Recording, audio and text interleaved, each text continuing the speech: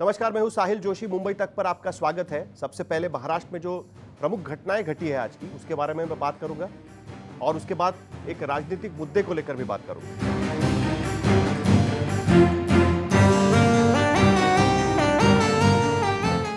तो शुरुआत करते हैं शरद पवार के बयान से। शरद पवार ने आज एक बयान दिया और साफ कह दिया कि उनके जो पोते हैं पार्थ पवार, उनको उन्होंने इमैच्योर कहा और कहा कि वो जो बयानबाजी करते हैं उसको वो बिल्कुल अहमियत नहीं देते। अब शरद पवार ने अपने पोते के बारे में ये क्यों कहा होगा? दरअसल पार्थ पवार अजीत पवार के बेटे हैं और महाराष्ट्र की राजनीति में वो नए हैं। इससे पहले उन्होंने सिर्फ लोकसभा का चुनाव लड़ा था और तब भी ये माना जा रहा था कि शरद पवार इससे खुश नहीं है।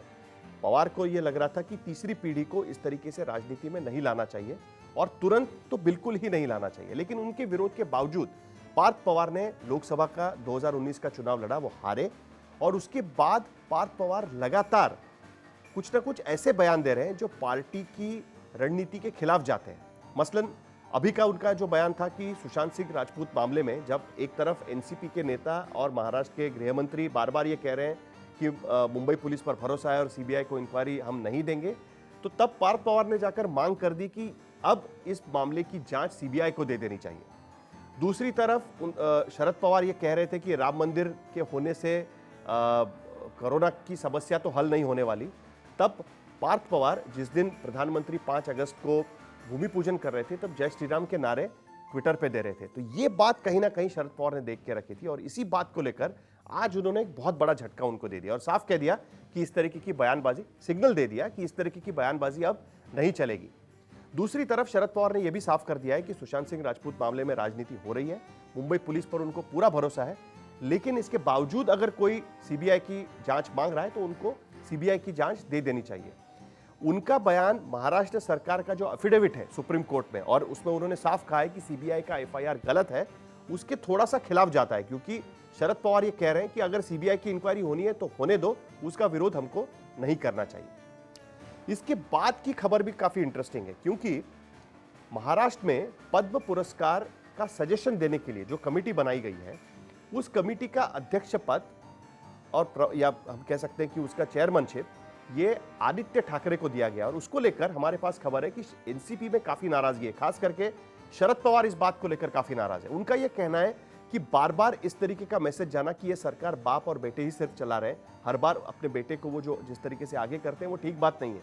महाराष्ट्र सरकार में कई सारे वरिष्ठ मंत्री भी हैं और उनको इस तरीके की कमेटी का चेयरमैनशिप मिलनी चाहिए थी, जबकि वो आदित्य ठाकरे को दी गई। और इस बारे में आज उन्होंने शिवसेना के नेता संजय राउत से बात भी की है और लगता है कि शरद पवार उद्धव ठाकरे के पूरे कार्य पद्धति से कहीं ना कहीं नाराज चल रहे हैं और इसी बात को लेकर इस बात को लेकर भी उन्होंने संजय राउत को अपनी बात रखी है। तीसरी एक बड़ी इंटरेस्टिंग बात मुंबई में है। आज मुंबई में दरअसल जन्माष्टमी धूमधाम से मनानी जानी चाहिए थी, लेकिन कोरोना का प्रभाव सभी जगह पर है और इसी के चलते दही हंडी जिसे कहते हैं कि एक बड़े बड़े थर लगाए जाते हैं और आपने देखे होंगे वो तस्वीरें, वो आज नहीं दिखाई दी।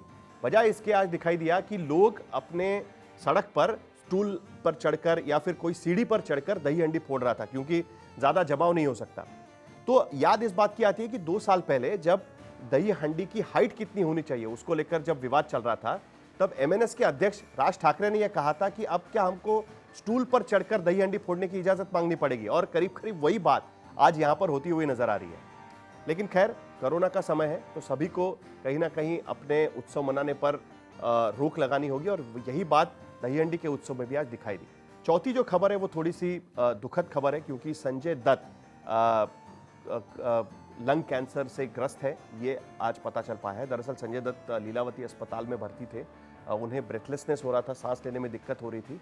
कोविड का टेस्ट कराया गया, नेगेटिव पाया गया। उसके बाद डॉक्टर्स ने चेस्ट एक्सरे कराया, लगा कि कुछ गड़बड़ है। उसके बाद बाकी टेस्ट कराए तो पता चला कि उन्हें लंग कैंसर है। आमतौर पर लंग कैंसर ये काफ़ी बाद की स्टेज में ही पता चल पाता है और उसी तरीके से संजय दत्त के मामले में भी हो रहा है।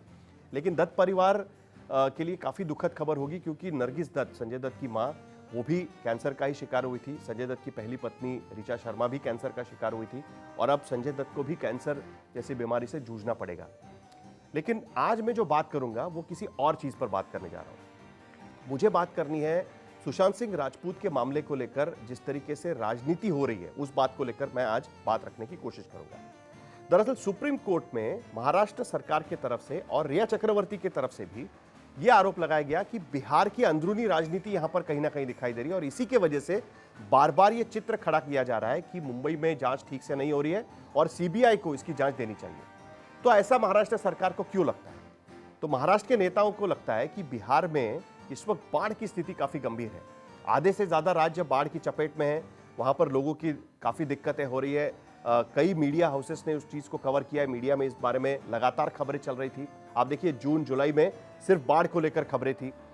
उसके साथ साथ बिहार में कोविड की स्थिति काफी खराब होती जा रही है। खुद प्रधानमंत्री कार्यालय की तरफ से जो ट्वीट आया है उसमें भी स्पेसिफिकली ये लिखा गया है कि बिहार, यूपी, तेलंगाना, मध्य प्रदेश और गुजरात ये राज्यों में टेस्ट पॉजिटिविटी रेट इसलिए ज्यादा है क्योंकि वहां पर टेस्ट कम हो रहे हैं। तो इन राज्यों में टेस्ट भी ज्यादा होना जरूरी है।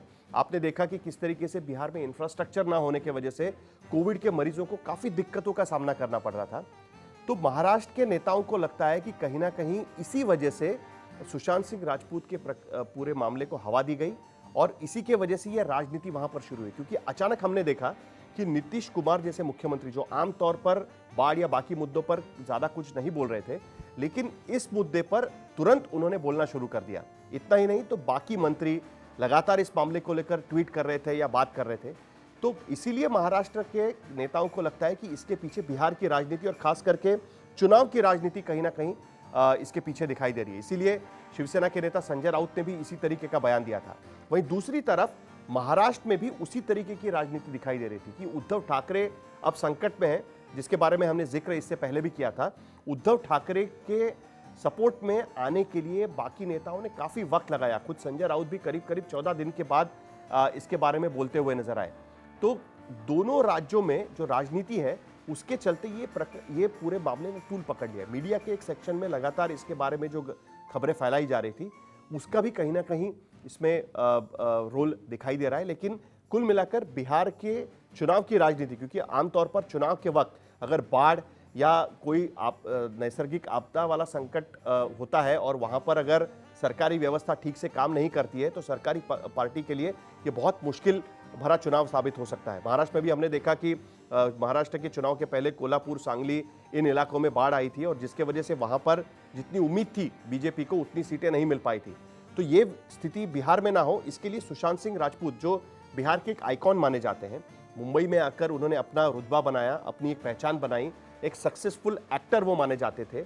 उनकी मौत को लेकर जो सवाल खड़े होने लगे उसका कहीं ना कहीं फायदा कहीं बिहार की राजनीति के लिए तो नहीं हो रहा।